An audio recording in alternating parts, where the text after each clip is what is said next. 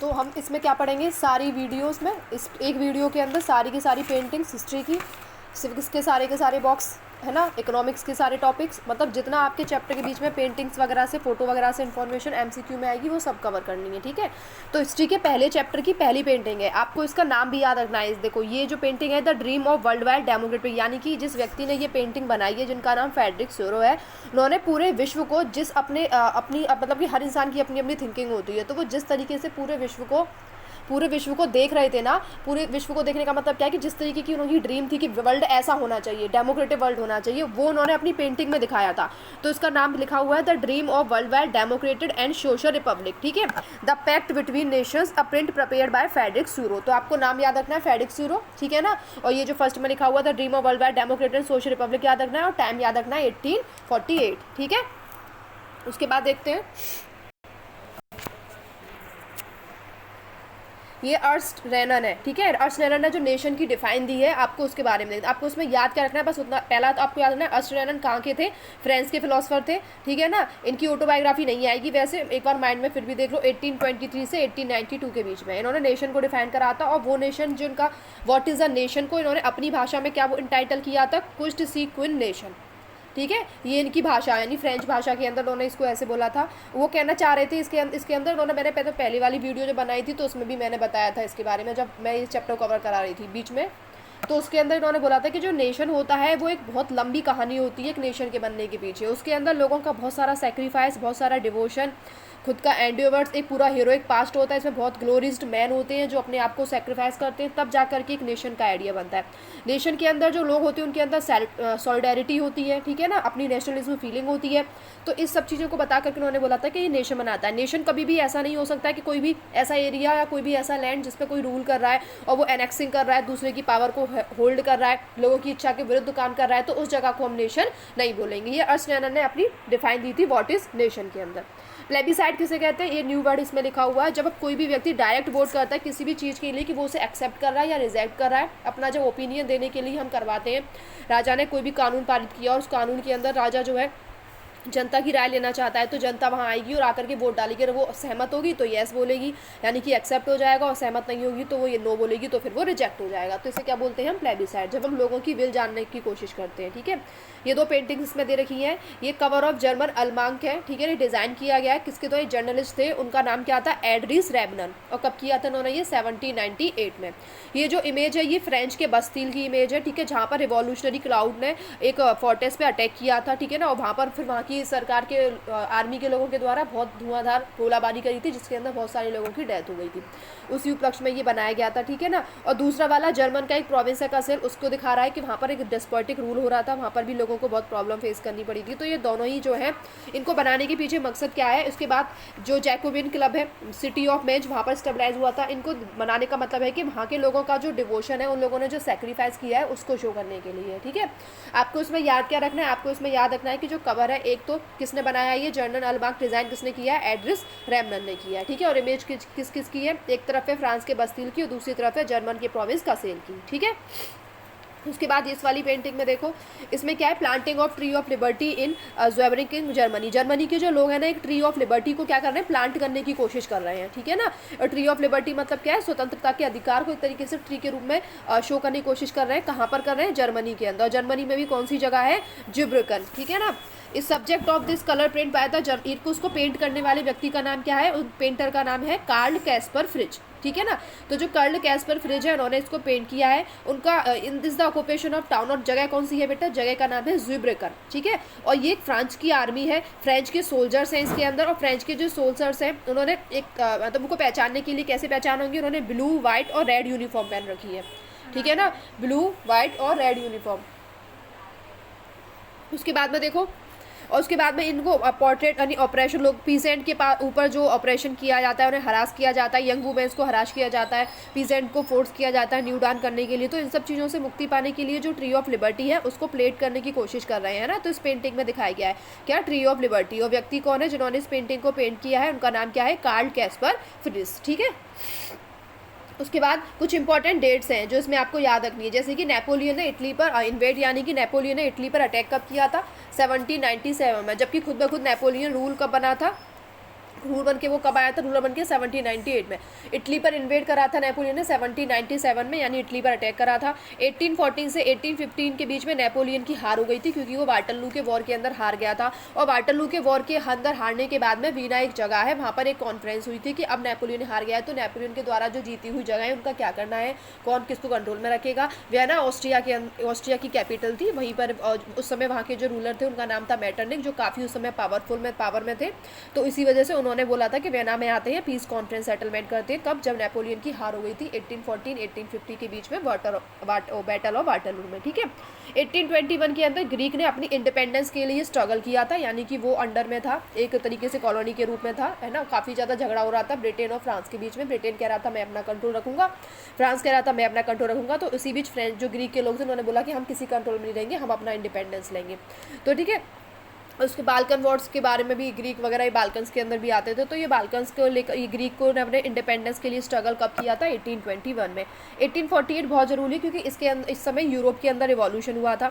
1848 के अंदर जो आर्टिशन थे, इंडस्ट्रियल के वर्कर थे, पीजेंट रिवॉल्ट है ना, इकोनॉमिक हार्डशिप के लिए की वजह से, है ना, कि उनको बहुत ज़्यादा इकोनॉमिक हार्डशिप फेस करनी पड़ रही है, उनके पास पैसे नहीं है खाना पीना सामान खरीदने के लिए। मिडिल क्लास के लोगों ने डिमांड करी कि कॉन्स्टिट्यूशन बनाओ, एक रिप्रेजेंटेटिव गवर्नमेंट बनाओ। तो ये रिवॉल्यूशन इस समय कहाँ कहाँ हो रहा था? इटली के अंदर, जर्मनी के अंदर। इसी समय इटली का यूनिफिकेशन की प्रोसेस शुरू हो जाती है, जर्मनी यूनिफिकेशन की प्रोसेस शुरू हो जाती है। उसके साथ साथ magyर्स, पोल्स, चेक, इन सब के अंदर, क्योंकि इन सब ने अपने आप को नेशन स्टेट बनाने की डिमांड करी थी। ठीक है। यूनिफिकेशन ऑफ इटली का टाइम पीरियड बेटा 1859 से 1870 तक है, और जर्मनी का यूनिफिकेशन का टाइम पीरियड 1866 से 1871 है। क्योंकि इटली ने पहले शुरू करा था तो वो पहले ही फ्री हो गया 59 से 70 तक, और जर्मनी ने बाद में शुरू करा 66 में, तो वो बाद में फ्री हुआ एक साल के बाद 1871 में। तो 59 से 70 और 66 से 71, आपको दो याद। 59 में आप कंफ्यूज हो सकते हैं, तो 59 को आप ज़्यादा याद रखना कि 59 से 70, यानी 1859 से 1870 इटली यूनिफिकेशन है, और 1866 से 1871 जर्मनी का यूनिफिकेशन है। 1905 के अंदर स्लाव जो थे उन्होंने नेशनलिज्म के लिए अपने आप को, जो ओटोमन एम्पायर उसके खिलाफ और हैप्सबर्ग एम्पायर के खिलाफ अपने आप को आगे बढ़ाने की कोशिश करी थी कि हमें ओटोमन एम्पायर और हैप्सबर्ग एम्पायर के खिलाफ जाना है, उनसे हमें क्या लेनी है? मुक्ति लेनी है, अपने आप को इंडिपेंडेंट करना है 1905 में। ये जो पेंटिंग है ये couriers of Rhineland lose all that he has on his way home from Leipzig. ठीक है ना, ये लेब्जिग से अपने घर पर जा रहे हैं। ठीक है ना, लेब्जिग जगह है, वहाँ से अपने घर पर जा रहे हैं। इन व्यक्ति को नेपोलियन के रूप में रिप्रेजेंट किया गया है। वैसे ये एक पोस्टमैन है, नेपोलियन को पोस्टमैन के रूप में रिप्रेजेंट किया गया है। ये तो वापस अपने फ्रांस के अंदर जा रहे हैं। ये लेब्जिग की लड़ाई को हार चुके हैं। लेब्जिग की लड़ाई हारने के बाद में 1813 में इन्होंने बैटल ऑफ लेब्जिग को इन्होंने हारा, है ना। आई थिंक टर्की के अंदर एक जगह है, ठीक है, लेब्जिग। तो लेब्जिग को हारने के बाद में ये वापस अपने फ्रांस के अंदर जा रहे हैं। तो इस पेंटिंग में इस व्यक्ति को नेपोलियन के रूप में रिप्रेजेंट किया गया। ठीक है, बैटल ऑफ लेब्जिग याद रखना आप। ये सब लोग जो है ना, ये एक 1820 की ये पेंटिंग है। इसमें क्या होता है? प्लेग आता है, प्लेग यानी महामारी आती है। ठीक है ना। तो इंस्क्रिप्शन में तो सबसे इंपॉर्टेंट क्वेश्चन था, इन लोग बोल रहे हैं कि आज की मीटिंग का ये कि लॉन्ग विल थिंकिंग भी अलाउड टू अस, कि अब हमें कुछ लंबे समय के लिए सोचना है। काफ़ी टाइम से लोग प्रॉब्लम फेस कर रहे हैं। ठीक है। तो उन्होंने बोला था board of the right list of the rules of the club which include the following. क्या बोल रहे हैं ये लोग? Silence is the first commandant of the learn society. ये कहता है कि अगर कोई भी सोसाइटी लर्नड है, पढ़ी लिखी है, एजुकेटेड है, इनलाइटेड है, तो उसका सबसे पहला काम, पहचान क्या होती है कि वो साइलेंस मेंटेन करेगी। ठीक है ना। दूसरी बात बोला है कि हमें इवेंचुअलिटी को बहुत ज़्यादा अवॉइड करना है, और जो हमारे क्लब के मेंबर्स हैं उन मेंबर्स को बोलने का अधिकार है, लेकिन वो डिस्ट्रीब्यूट मेंबर्स को एंट्रिंग करने को दे सकते हैं। यानी कि एक तरीके से ये जैकोबिन क्लब जब स्टेबलाइज हुआ था ना, तो पीस मेंटेन करना चाहते थे, तो उससे बिहाफ पे ये पेंटिंग्स को बनाया गया इस वाली को 1820 में। उसके बाद देखो ये जेप्सिन मेजनी है ना। मेजनी आपको पता है, ठीक है ना। जेप्सन मेजनी आपको याद रखने हैं। ठीक है, ये यंग यूरोप को स्टेबलाइज करने वाले थे, ये एक प्रकार के रिवॉल्यूशनरी थे। ठीक है ना। जेप्सन मेजनी ये इटली के अंदर थे। ये इटली के अंदर मेजनी थे, कावूर था, ठीक है ना। और आपके एक और व्यक्ति थे जिनका नाम था विक्टर एमैनुअल। ठीक है ना। तो कावूर, विक्टर एमैनुअल, गैरीबाल्डी और मेजनी ये इंपॉर्टेंट पर्सन थे इटली के यूनिफिकेशन के अंदर। तो ये रिवॉल्यूशनरी थे, इन्होंने यंग यूरोप की स्थापना करी थी। कहाँ पर? बर्न में। और कब करी थी? 1833 में। तो आपको यही याद रखना है। प्रिंट किसके द्वारा की गई है? ये पेंटिंग प्रिंट की गई है गाइकोमो मेंटिगाजे के द्वारा। ठीक है, गाइकोमो मेंटिगाजे ने इस पेंटिंग को प्रिंट करा है। इसके अंदर जो है मेजनी जो है ये एक प्रकार का यंग यूरोप का जो फाउंडिंग है उसको कर रहे हैं। कहाँ पर कर रहे हैं? बर्न में। तो 1833 याद रखना है आपको, जगह का नाम याद रखना है बर्न, आपको सन याद रखनी है 1833, और यंग यूरोप याद रखना है। ठीक है। उसके बाद में ये जो मैस्कर हुआ था, मैस्कर का मतलब क्या होता है बेटा, जब काफ़ी सारे लोगों को एक साथ गर्दन उड़ा दें या फिर एक साथ उन्हें किल्ड कर दिया जाता है, मार दिया जाता है, तो उसे मैस्कर बोला जाता है। ये कहाँ पर हुआ है, चायोस क्रिएट हुआ है इग्नोना डेलोक्रस में 1824 में। ये फ्रेंच के पेंटर थे जिनका नाम था डेलोक्रस। ये सबसे मोस्ट इंपॉर्टेंट थे, फ्रेंच रोमांटिक पेंटर्स में जाने जाते हैं ये। उन्होंने ये पेंटिंग बनाई है, ठीक है। इसका साइज दे रखा है जो इंपॉर्टेंट नहीं है। इसमें एक इंसिडेंट हुआ है जिसमें 20,000 जो ग्रीक लोग हैं उनको किल कर दिया गया है तुर्क के द्वारा। जब ग्रीक अपने इंडिपेंडेंस के लिए लड़ाई कर रहा होगा तो तुर्क वाले ऐसा तो होगा नहीं कि उन्हें ईजिली उन्हें अपनी इंडिपेंडेंस ही लेने देंगे, क्योंकि वो ओटोमन एम्पायर के कंट्रोल में था ग्रीक। तो उस समय जो तुर्क का रूलर होगा उसने क्या करा होगा, ग्रीक के लोगों के ऊपर फायरिंग करी होगी, उन्हें मारने की कोशिश करी होगी। तो उसी के दौरान 20,000 जो ग्रीक के जो पीपल्स हैं उनकी मौत हो गई। और मौत करने वाले कौन थे, तुर्क थे, ठीक है ना। और कहाँ पर इन्होंने इनको मारा था, एक चायोस नाम का आइलैंड था, उस आइलैंड के ऊपर इन्होंने इनको किल कर दिया था।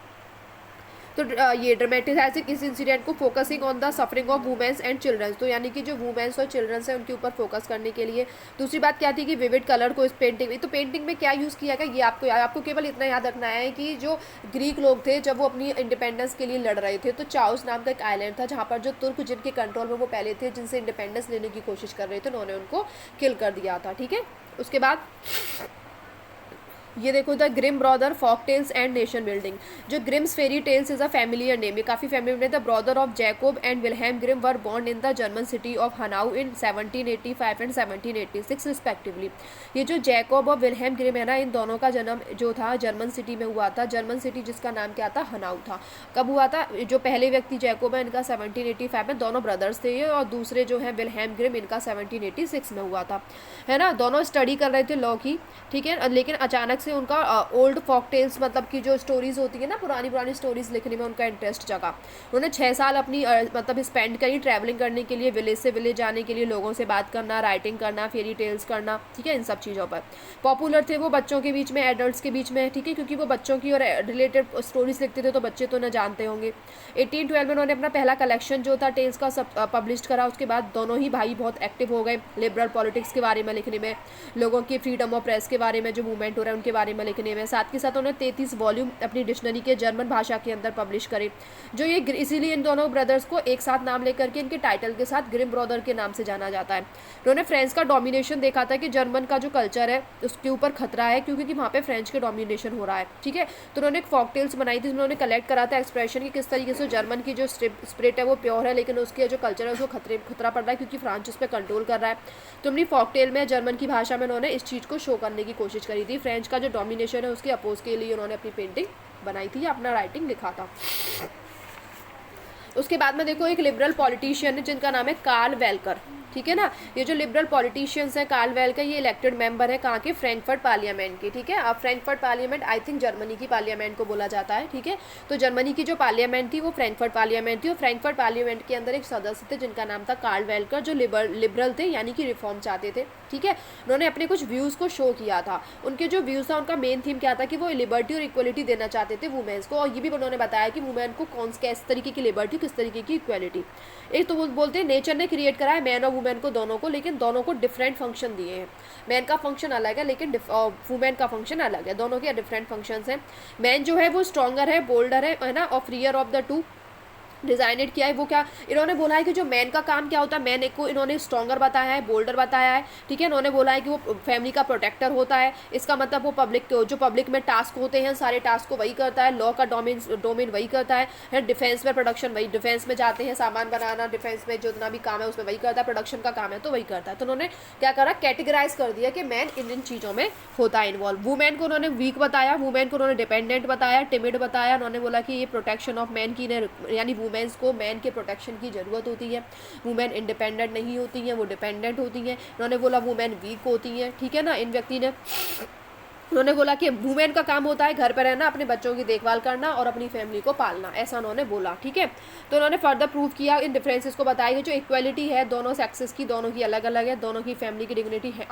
अगर इन दोनों चीज़ों में से किसी का भी इंटरफेरेंस होगा, मैन ने वुमेन के काम में अगर मतलब करना शुरू करा या वुमेन ने मैन का काम करना शुरू कर दिया, तो उनके अकॉर्डिंग था कि जो डिग्निटी है फैमिली की वो डिस्ट्रॉय हो जाएगी, वो इन डेंजर में आ जाएगी, ऐसा इनका सोचना था।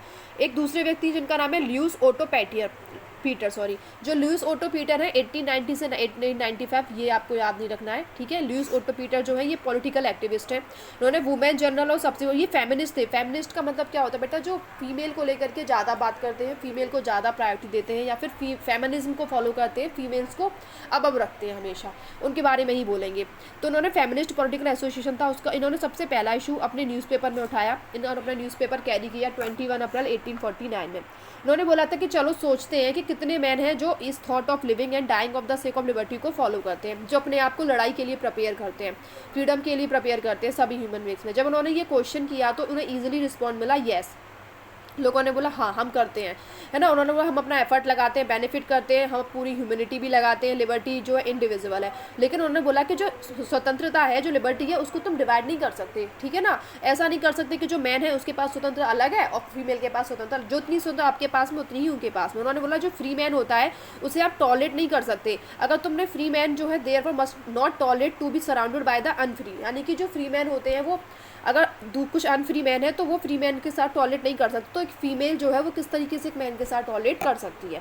उन्होंने कुछ बहुत सारे न्यूज़ पे पब्लिश करे। उन्होंने एक रिडिकुलस और अनरीजनेबल डैनी बताई कि जो वुमेन के पॉलिटिकल राइट्स हैं, ठीक है, उन्हें राइट टू प्रॉपर्टी मिले, उन्हें यूज़ करने का पावर मिले, वो अपने फंक्शन अपनी रिस्पॉन्सिबिलिटी के अलावा भी मैन के तरह सेम काम करने का उन्हें जस्टिस मिले, है ना। Is not a discuss that even the stupid cattle हर्डर possess the right. उन्होंने बोला था कि ये बहुत ज़्यादा सोचने लायक होगा कि जो कैटल और हर्डर्स होते हैं उनके पास राइट टू वोट का अधिकार नहीं होता, simply because he is a man where is the highly talented women, ठीक है। वो कहते हैं कि क्योंकि वो मैन है लेकिन वो बहुत टैलेंटेड है, वुमेन को कंसीडर करते हैं, वुमेन को ना तो वोटिंग का राइट दिया जाता है और ऊपर से उन्हें प्रॉपर्टी से भी एक्सक्लूड कर दिया जाता है। तो इनका कहने का मतलब है कि वुमेन जो है जानवरों से भी गई गुजरी के तरीके से शो किया गया है। उसके बाद देखो ये जो पेंटिंग है ये फ्रैंकफर्ट पार्लियामेंट है, सेंट पॉल चर्च के अंदर। सेंट पॉल चर्च है, वहाँ पर फ्रैंकफर्ट पार्लियामेंट है, वहाँ पर ये दिखाने की कोशिश करी, केवल फोटो के थ्रू उस पेंटिंग उसको थ्रू केवल पार्लियामेंट को दिखाया है। ये देखो बेटा ये जगह है वर्सेसाइल, यहाँ पे वर्सेसाइल जो जगह है यहाँ पे जर्मनी के जो राजा हैं, ठीक है ना, उनको प्रोक्लेमेशन दिया जाएगा, वो कोरोनेशन करेंगे अपना यहाँ पे, जब क्या हो जाएगा जर्मनी का यूनिफिकेशन हो जाएगा 1871 में, ठीक है ना। तो ये मिरर के अंदर एक पिक्चर को शो किया गया है। ये सेंटर में जो स्टैंड है ये केसर विलियम फर्स्ट है जो रूलर बनेंगे जर्मनी के यूनिफिकेशन के बाद, जो रूलर बनेंगे। इनके जो चीफ कमांडर है जो पर्शियन आर्मी है जनरल वॉन रून, यानी कि चीफ कमांडर का नाम क्या है जनरल वॉन रून नाम है। उनके बगल में ही बिस्मार्क खड़े हैं, ठीक है। पेंटिंग का साइज बता रखा है। इस पेंटिंग को बनाने वाले जो हैं व्यक्ति उनका नाम नहीं बताया, लेकिन बिस्मार्क के 70th बर्थडे पर 1885 के अंदर ये पेंटिंग पब्लिश की गई थी, ठीक है। जर्मनी के यूनिफिकेशन के बाद जब केसर विलियम वहाँ के राजा बने थे, कहाँ पर हुआ था कोरोनेशन राजा का, वर्साइल में, ठीक है। ये देखो ये मैप है, ये जब का मैप है जब यूनिफिकेशन ऑफ जर्मनी हो रहा था, तो ये जर्मनी का पूरा पार्ट दिखाया। तो इसमें पर्शियन बिफोर 1866, ये जो आपका पर्पल वाला पार्ट है ये पर्शिया बोला गया है, इसको जर्मनी को ही बोला क्योंकि पर्शिया जो था वो एक बहुत इंपॉर्टेंट प्रोविंस था और पर्शिया के ही रहने वाले बिस्मार्क थे जिन्होंने जर्मनी के यूनिफिकेशन को मदद करी थी। जर्मनी नाम बाद में दिया गया था। जो पर्शिया है ये 1866 से पहला है, जो पर्पल कलर में शो किया गया है। जब पर्शिया ने ऑस्ट्रियन पर्शिया वॉर के अंदर यानी कि 1866 में, जब बैटल ऑफ सडोवा हुआ था, जब जर्मनी के मतलब कमांडर बिस्मार्क ने क्या करा था, अटैक करा था ऑस्ट्रिया के ऊपर, जिसे बैटल ऑफ सडोवा के नाम से जाना जाता है 1866 में। वो वाला पार्ट जब उन्होंने ऑस्ट्रिया को हराया तो कौन कौन सा पार्ट जीता था, वो वाला पार्ट आपका येलो है, जैसे कि सिल्सविग और हॉल्स्टीन को जीता था उन्होंने, ठीक है ना। सिल्सविग और हॉल्स्टीन जो है दोनों ही एक जगह थी, वहाँ पे जर्मन के लोग डोमिनेट थे और एक जगह थी जहाँ पे डेनमार्क के लोग डोमिनेट थे, यानी कि वो लोग ज़्यादा पावर में थे या फिर ज़्यादा पॉपुलेशन में थे। तो सिल्सवॉल हॉल्स्टीन उन्होंने प्राप्त करी ऑस्ट्रिया से, ये हैनोवर प्राप्त करा उन्होंने, ये हसीन आसा नाम की जगह जो भी येलो जगह इन्होंने ऑस्ट्रिया से प्राप्त करी 1866 में। उसके बाद जो ग्रीन वाला पार्ट है ये ऑस्ट्रियन एम्पायर का पार्ट है, ठीक है ना। ये ऑस्ट्रियन का जो टेरिटरी है जो एक्सक्लूड हो गई थी जर्मनी से, यानी कि वो वाला पार्ट वो था जो जर्मनी के हाथ में नहीं था, जो ऑस्ट्रिया के हाथ के अंदर था। और ये जो आपको ग्रीन दिख रहा है थोड़ा लाइट ग्रीन के अंदर दिखाई दे रहा है, वो कौन सा पार्ट है, जो पर्शिया ने अब to form Germany to confederation 1860, जब उसने कॉन्फेडरेशन करी थी 1867 में, तो उसने ये वाला पार्ट एक्वायर कर लिया था। उसके बाद जो साउथ जर्मन का स्टेट है ना, जो आपको लाइट ऑरेंज में शो करा जा रहा है, ये जर्मन के एम्पायर का पार्ट बन गया था 1871 में, ठीक है ना। उसके बाद में जो पर्शिया है उसने फ्रैंको पर्शियन वॉर 1871 में, ये देखो डार्क जो लाइट ब्लू कलर का जो है लास्ट में एरिया इधर की साइड में, ये वाला पार्ट हल्का हल्का जो है, ये वाला पार्ट उसने फ्रांस को जब हराया था बैटल ऑफ सेडान के अंदर 1871 के अंदर, तब उसने बिस्मार्क ने इस वाले पार्ट को लिया था। तो ये पूरा का पूरा पार्ट क्या है, पूरा का पूरा पार्ट जर्मनी है, लेकिन ये अलग अलग पार्ट में पहले बटा हुआ था। तो जिसने बिस्मार्क ने और केसर विलियम फर्स्ट इन सब ने मिलकर के वॉर करके अपनी स्ट्रेटजी अपना करके इस पूरे पार्ट को अपने एक करा, और उसके बाद यूनिफिकेशन करा जर्मनी का, और उसी के बाद उन्होंने जर्मनी नेशन की स्थापना करी थी। ये caricature of auto von Bismarck है, ठीक है ना। और ये ओटो वन बिस्मार्क जो है जर्मन की एक जगह है, जर्मन की पार्लियामेंट है जिसको कि रिस्टक बोला जाता है, ठीक है।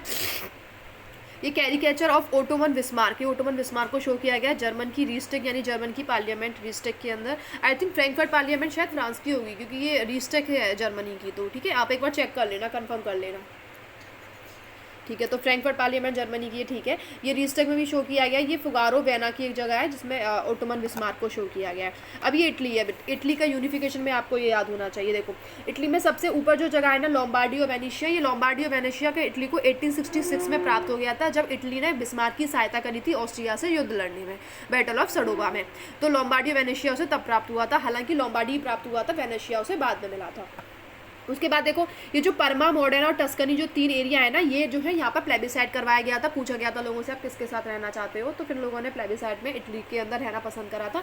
तो ये परमा, मॉडर्ना और टस्कनी, ये तीनों ही जगह उनको कैसे मिल गई थी, परमा, मॉडर्ना, टस्कनी उनको प्लेबिसाइड के थ्रू मिल गई थी। ये जो पेपल स्टेट है ये उनको तब मिला था जब 1871 के अंदर बैटल ऑफ सेडान हुआ था। तो बैटल ऑफ सेडान के समय पर जो फ्रांस और जर्मनी के बिस्मार्क लड़ रहे थे, तो उस समय यहाँ पे फ्रांस की आर्मी थी जो इसको पोप को संरक्षण दे रही थी, सहायता, मतलब पोप को मतलब एक तरीके से कंजर्व कर रही थी, प्रोटेक्ट कर रही थी। लेकिन जब उसका खुद का युद्ध हुआ बिस्मार्क के साथ में, तो उसने अपनी आर्मी को बुला लिया और फिर ये जगह कमज़ोर पड़ गई। और फिर यहाँ के जो थे उस समय पावर में थे विक्टर एमेनुअल सेकंड, उन्होंने इस पेपल स्टेट पे कंट्रोल कर लिया, ठीक है ना। उसके बाद में ठीक है, तो पेपल स्टेट मिल गया था। उसके बाद देखो ये साउथ में एक जगह है, इसमें किंगडम ऑफ बोथ सिसिल्स, ठीक है ना। इस वाले पूरे पार्ट को जीत लिया था किसने, गैरीबाल्डी ने। इसने अपनी आर्म फोर्स की सहायता से इस पार्ट को जीत लिया था। लेकिन बाद में इस पार्ट के अंदर भी प्लेबिसाइड कराया गया था, लोगों की मर्जी पूछी गई थी, उसके बाद इसको ऐड किया गया था। अगर जबरदस्ती ऐड करेंगे तो बाद में फिर से वो दोबारा रिवोल्ट करेंगे अलग होने के लिए, तो इसलिए प्लेबिसाइड कराया गया था। ये जो सर्डिनिया जगह है ये तो पहले से ही इटली के पास में ही थी, क्योंकि विक्टर एमेनुअल सेकंड इसी के रूलर थे जिन्होंने पूरा इसमें मदद करी थी, गैरीबाल्डी और आपके मैजनी और काबूल के साथ में। काबूल उनके कमांडेंट थे, ठीक है। तो ये आपका क्या था, ये आपका इटली था जिसका यूनिफिकेशन किया गया था, ठीक है। अब देखो ये बगल में एक और इसमें शो भी किया गया कब कब कौन कौन सा जीता। तो 1858 में पहले से विक्टर एमेनुअल के पास में ये ऊपर वाला पार्ट सर्डिनिया था। 1858 से 1860 के बीच में उन्होंने ये बीच का सेंटर वाला पार्ट जीता। 1870 में पेपल स्टेट जीता जब उन्होंने फ्रांस के साथ में बैटल ऑफ सेडान हुआ था, किसका, जर्मनी का हुआ था, जर्मनी का और फ्रांस का। तो ये 1870 में इटली को मिल गया। और ये लोम्बार्डी और वेनेशिया 1866 में मिल गए। हालांकि वेनेशिया मिला था, लोम्बार्डी बाद में मिला था 1866 के अंदर, क्योंकि उस समय किसकी लड़ाई के अंदर इसने इटली ने सहायता करी थी बिस्मार्क की, ऑस्ट्रियन वॉर यानी बैटल ऑफ सडोवा के अंदर, ठीक है।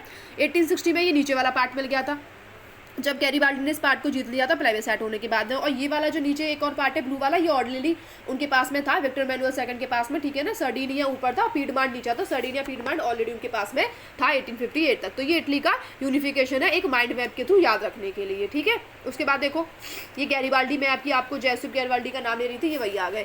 इनका ये बायोग्राफी में जो इनका सन दे रखा है जन्म और उनका डेथ का, तो ये याद नहीं रखना है। 1807 1882 ऑलरेडी बस पढ़ लेना है। ये इटालियन के फ्रीडम फाइटर थे, ठीक है ना। ये जिस फैमिली से आए थे वो एक कोस्टल ट्रेड की फैमिली थी, यानी सेलर या मर्चेंट नेवी के अंदर थे ये। 1833 में ये मैजनी से मिले थे, और मैजनी जिन्होंने यंग इटली मूवमेंट की स्थापना करी थी, यंग इटली मूवमेंट को उन्होंने ज्वाइन करा, पार्टिसिपेट करा, ठीक है, पब्लिक अपराइजिंग में जो कि पीडवान के अंदर हो रही थी 1834 में।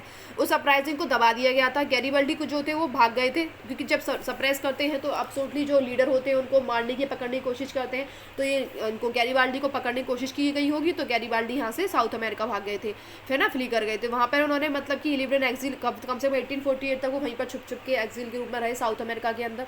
1854 में वो वापस आए, उन्होंने विक्टर एमेनुअल सेकंड के एफर्ट्स को सपोर्ट करा इटली के यूनिफिकेशन के अंदर। 1860 में गैरीबाल्डी ने एक फेमस एक्सपीडिशन करा, ठीक है ना, 1000 to south Italy. South Italy जो मैंने अभी भी आपको पार्ट बताया था ना सिसिली के नाम से, उसको जीतने के लिए उन्होंने कोशिश करी। अपने वॉलंटियर्स को उन्होंने इकट्ठा करा और कंपेन करा, और जो उनकी सेना के अंदर जो व्यक्ति थे, उन व्यक्ति को किस नाम से जाना चाहता था, रेड शर्ट के नाम से, ठीक है ना, रेड शर्ट के नाम से जाना चाहता था। 1867 में गैरीबाल्डी ने अपनी आर्मी और अपने वॉलंटियर के साथ में जो रोम से लड़ाई करने की कोशिश करी अपने इटली के यूनिफिकेशन के लिए। पेपल स्टेट जिसमें फ्रेंच के गैरिसन स्टेशन थे, जो रेड शर्ट थे उन्होंने नंबर ऑफ मैच कंबाइंड अपने आपस में जोड़े, जैसे कि 1870 में जब फ्रांस ने अपनी आर्मी वापस ले ली तो पेपल स्टेट को ज्वाइन कर लिया उन्होंने, पेपल स्टेट को जीत लिया। तो रेड शर्ट क्या थी, गैरीबाल्डी के जो वॉलंटियर्स थे उनकी जो आर्मी थी उसको रेड शर्ट बोला गया था, ठीक है। ये किंग विक्टर मैनुअल सेकंड है, सर्डिनिया पीडमॉन्ट के किंग थे ये, ठीक है। और ये व्यक्ति जो बैठे हुए हैं वो गैरीबाल्डी है, ठीक है। ये देखो ये इंपॉर्टेंट है। ऊपर जो है ये क्या है, ये पॉस्टिक स्टैंप है 1850 का, जिसमें मैरिनाज को रिप्रेजेंट किया गया रिपब्लिक ऑफ फ्रांस के रूप में, स्टैंप के ऊपर रिप्रेजेंट किया गया। यहाँ पे पूरा का पूरा मैरिना का फिगर ही बना हुआ है, यानी कि किसी भी अगर हम स्टेट को जर्मनी का बना हुआ है, और जर्मनी जब हम किसी भी स्टेट को किसी फीमेल से रिप्रेजेंट करते हैं ना तो वो पर्सनिफिकेशन कर देती है हम उस जगह का। तो ये जर्मेनिया है, फिलिप वीट है, 1848 की पिक्चर है ये जो आर्टिस्ट ने प्रिपेयर करी है जर्मेनिया की पिक्चर। और ये चर्च सेंट पॉल के अंदर है, फ्रैंकफर्ट पार्लियामेंट जो कि जर्मनी की है, ठीक है। अब इसका किस किस चीज़ों का क्या क्या मतलब है ये याद होना चाहिए। जो ब्रोकन चेन्स है, यानी कि जो उनके हैंड में ब्रोकन चेन्स है, ब्रोकन चेन का मतलब क्या है कि वो फ्रीड होना चाहते हैं, बीइंग फ्रीड। और जो ब्रेस्ट प्लेट विद ईगल है, ये सिंबल है जर्मन एम्पायर की स्ट्रेंथ का। जो ब्रेस्ट प्लेट उन्होंने बना रखा है अपना ईगल के साथ में, वो जर्मन एम्पायर का सिंबल है उनकी स्ट्रेंथ का। जो क्राउन ऑफ ओक लीव्स है, यानी कि जो उन्होंने ओक की पत्तियों का जो क्राउन पहना हुआ है वो लिबर्टी हीरोइज्म का है, वो हीरोइज्म को शो कर रहा है। जो उन्होंने ओक की जो पत्तियां हैं, ओक की पत्तियों का जो क्राउन पहना हुआ है वो उनके क्या शो कर रहा है, हीरोइज्म को शो कर रहा है। ब्रेस्ट प्लेट विद ईगल क्या शो कर रहा था, जर्मन एम्पायर की स्ट्रेंथ को शो कर रहा था। जो स्वार्ड है वो रेडीनेस टू फाइट को शो कर रही है। और जो ऑलिव की ब्रांच श्राउड के चारों ओर लगी हुई है, इसका मतलब क्या है कि वो दिखा रही है कि हम शांति चाहते हैं।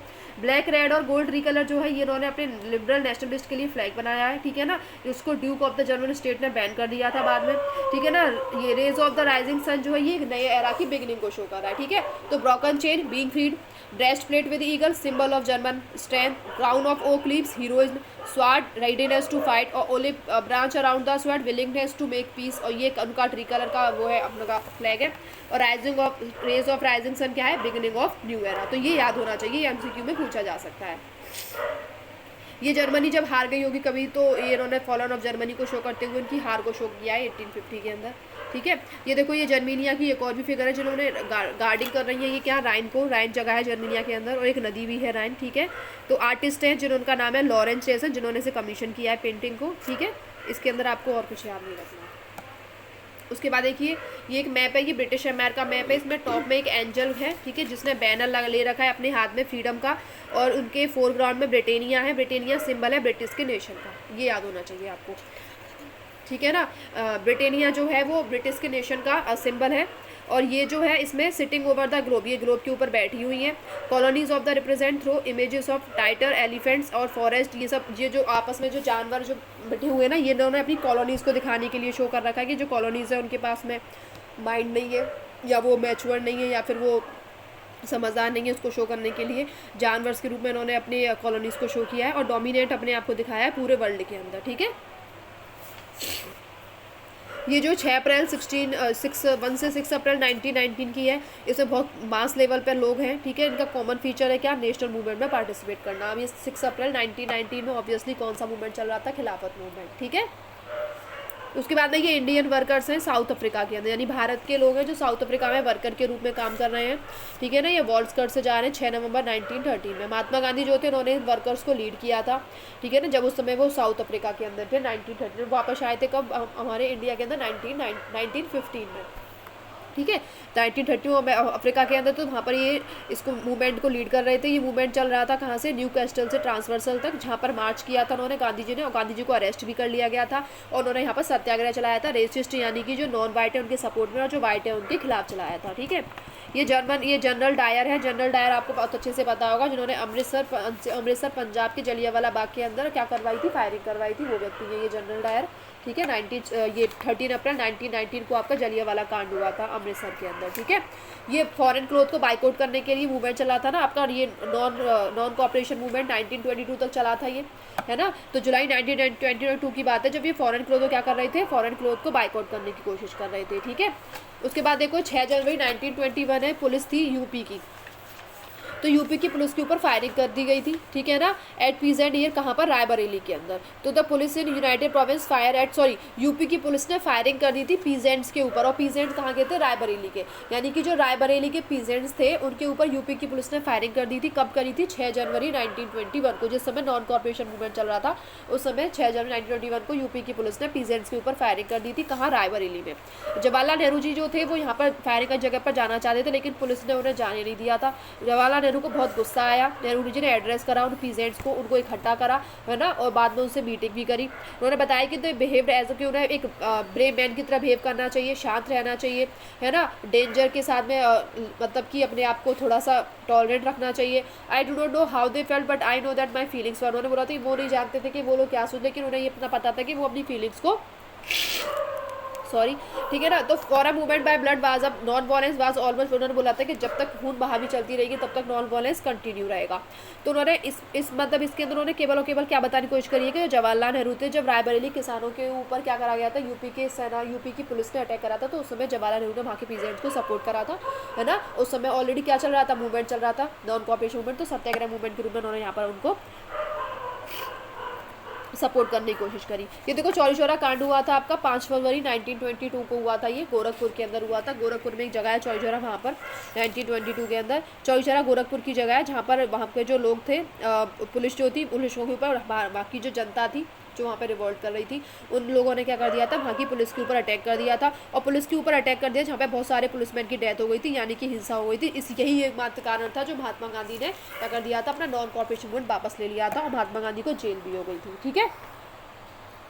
ये कांग्रेस के लीडर है जो इलाहाबाद के अंदर मीटिंग कर रहे हैं 1931 के अंदर, है ना। महात्मा गांधी के अलावा आप देख सकते हैं सरदार वल्लभ भाई पटेल जी भी इसके अंदर शामिल हैं, जो कि एक्सट्रीम लेफ्टिस्ट थे, ठीक है ना। उसके बाद जवाहरलाल नेहरू जो एक्सट्रीम राइटिस्ट थे। लेफ्टिस्ट का मैंने आपको बताया था, जो पार्टीज होती हैं वो अपनी थिंकिंग के बेसिस पर लेफ्टिस्ट और राइटिस्ट होती हैं। जो लेफ्टिस्ट होते हैं ना बेटा, वो रेडिकल्स होते हैं, वो एग्जिस्टिंग सिस्टम को उखाड़ फेंकना चाहते हैं, नए सिस्टम को स्टेबलाइज करने की कोशिश करते हैं, जो कि वल्लभ भाई पटेल थे।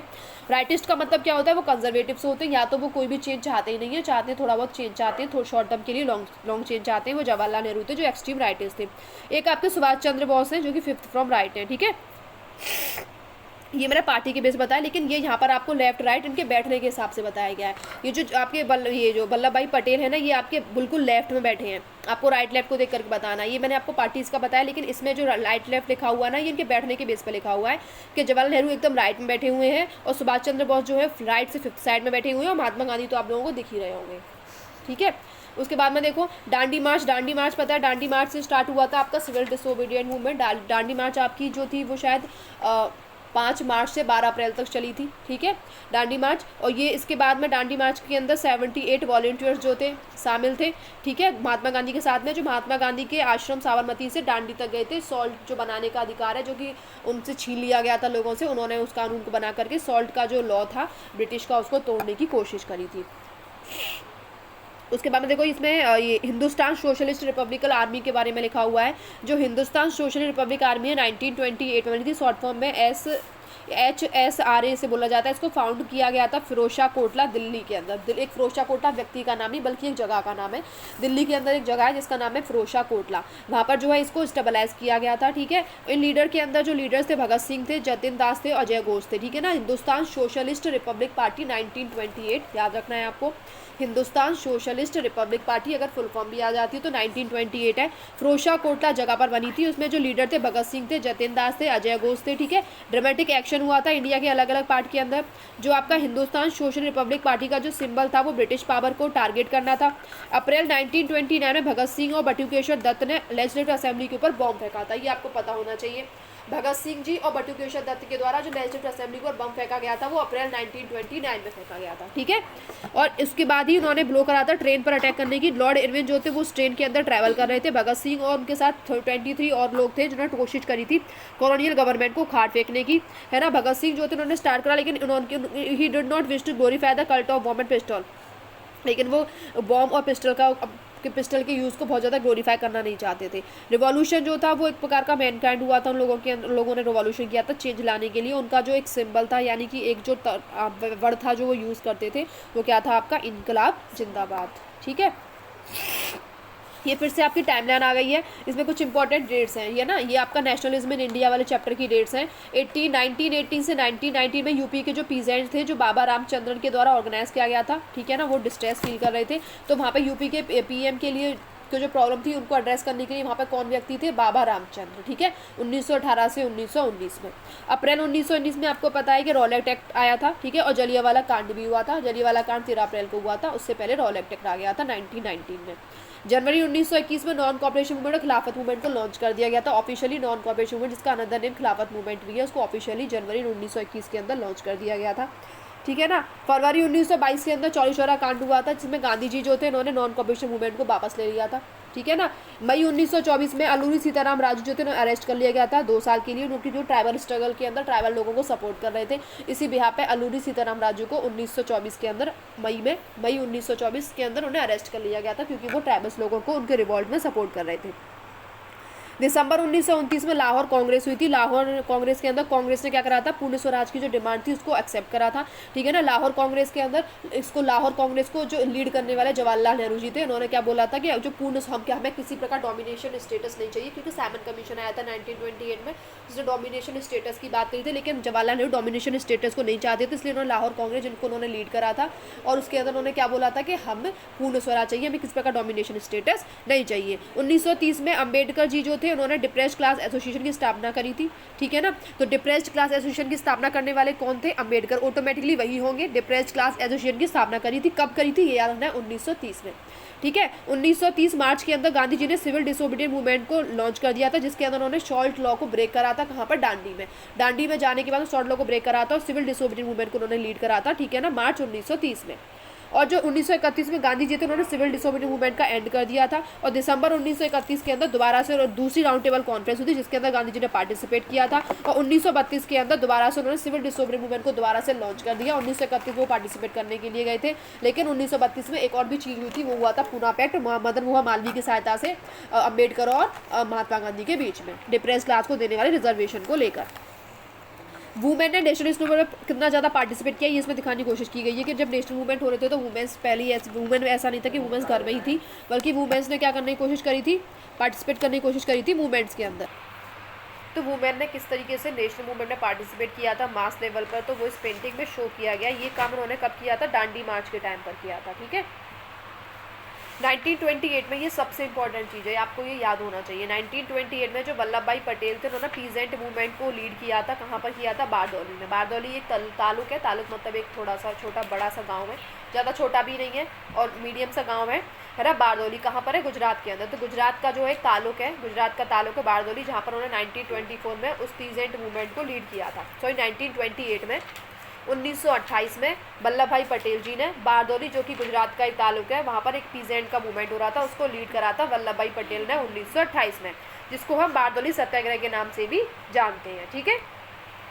लाला लाजपत राय जो थे उनको असॉल्ट कर दिया गया था ब्रिटिश पुलिस के द्वारा, जब वो पीसफुल डेमोन्स्ट्रेशन कर रहे थे साइमन कमीशन का। उस समय उनको बहुत ज़्यादा इंजरी हुई थी, उस समय सप्रेशन, ब्रिटिश पुलिस के द्वारा सप्रेशन करने किए जाने पर उनको बहुत ज़्यादा इंजरी हुई थी, जिसकी वजह से उनकी क्या हो गई थी, डेथ हो गई थी लाला लाजपत राय की, ठीक है ना। क्यों, क्योंकि उस समय वो ब्रिटिश के अगेंस्ट में चल रहे थे और साइमन कमीशन का विरोध कर रहे थे, उनकी डेथ कर दी। उससे पहले मैंने बताया 1928 सरदार वल्लभ भाई पटेल, बारदौली सत्याग्रह, वो याद रखना है। ये महात्मा गांधी और जवाहरलाल नेहरू और अब्दुल कलाम आज़ाद हैं, ठीक है। कहाँ पर है, आश्रम के अंदर है। कौन सा आश्रम, सेवग्राम आश्रम, वारदा 1935, यानी कि वारदा भी कहाँ पर जगह है, एक महाराष्ट्र के अंदर जगह है शायद। तो महात्मा गांधी, जवाहरलाल नेहरू और मौलाना आज़ाद, ये एक आश्रम है, सेवग्राम आश्रम, वारदा के अंदर, वहाँ पर है 1935 के अंदर। उसके बाद देखो, इसमें 1930 में दिखाया गया सर मोहम्मद इकबाल, जो कि प्रेसिडेंट थे मुस्लिम लीग के, है ना। मुस्लिम लीग के जो प्रेसिडेंट थे सर मोहम्मद इकबाल, 1930 के अंदर इन्होंने रिटेरिएट किया था कि इंपॉर्टेंस ही बताई थी सेपरेट इलेक्टोरेट की। ये क्या चाहते थे, ये चाहते थे मुस्लिम्स को सेपरेट इलेक्टोरेट मिले, क्योंकि ये चाहते थे कि मुस्लिम जो है वो माइनॉरिटी में है, हिंदू मेजोरिटी में है, तो माइनॉरिटी के जो लोग हैं उनके जो पॉलिटिकल इंटरेस्ट है उनको सेव करना चाहते थे। उनको सेव करने के पर्पज़ से उन्होंने एक बात मांग उठाई थी कि उन्हें क्या चाहिए, सेपरेट इलेक्टोरेट चाहिए। Sir Mohammad Iqbal, president of Muslim League, ठीक है ना। तो उन्होंने बोला था कि कोई हेजिटेशन ना हो, उन्होंने डिक्लेयर करा था कि इंडियन मुस्लिम जो है ये इंटाइटल है फुल एंड फ्री डेवलपमेंट, चाहिए, मतलब ये सब बातें आपको याद नहीं रखनी है। आपको केवल क्या याद रखना है, क्योंकि कम्युनलिज्म आपको पहले से पता ही है, बता दिया गया है। रिलीजन बेसिस पे जब दो धर्म के लोगों के अंदर आपस में लड़ाई हो जाती है, ये बताने के लिए कि हमारा धर्म प्रायोरिटी ज़्यादा रखता है, हमारा धर्म ज़्यादा बड़ा है, दूसरा व्यक्ति बोले कि मेरा धर्म ज़्यादा बड़ा है। जब रिलीजन के बेसिस पर लोगों के अंदर लड़ाई हो जाती है तो उसे क्या बोलते हैं, कम्युनिज्म बोलते हैं। तो आपको ये याद रखना है। Sir Mohammad Iqbal separate electorate को सपोर्ट करते थे, मुस्लिम लीग के प्रेसिडेंट थे 1930 के अंदर। ये पेंटिंग है बाल गंगाधर तिलक जी की, अर्ली 20वीं सेंचुरी की। इन्होंने इसमें नोटिस करा है कि तिलक जो है आसपास सिंबल्स के, यूनिटी ऑफ सिंबल्स के सराउंडेड में है, ठीक है ना। और सेक्रेड इंस्टीट्यूशन थे बहुत सारे। सेक्रेड इंस्टीट्यूशन मतलब क्या होता है, जो धार्मिक जगहें होती हैं उनको बोला जाता है। जैसे टेम्पल है, कहीं चर्च बनी हुई है तो कहीं मस्जिद बनी हुई है, बहुत सारे फिगर्स बनी हुई हैं, तो उनके आसपास सराउंडेड है। कौन है ये, तिलक, बाल गंगाधर तिलक।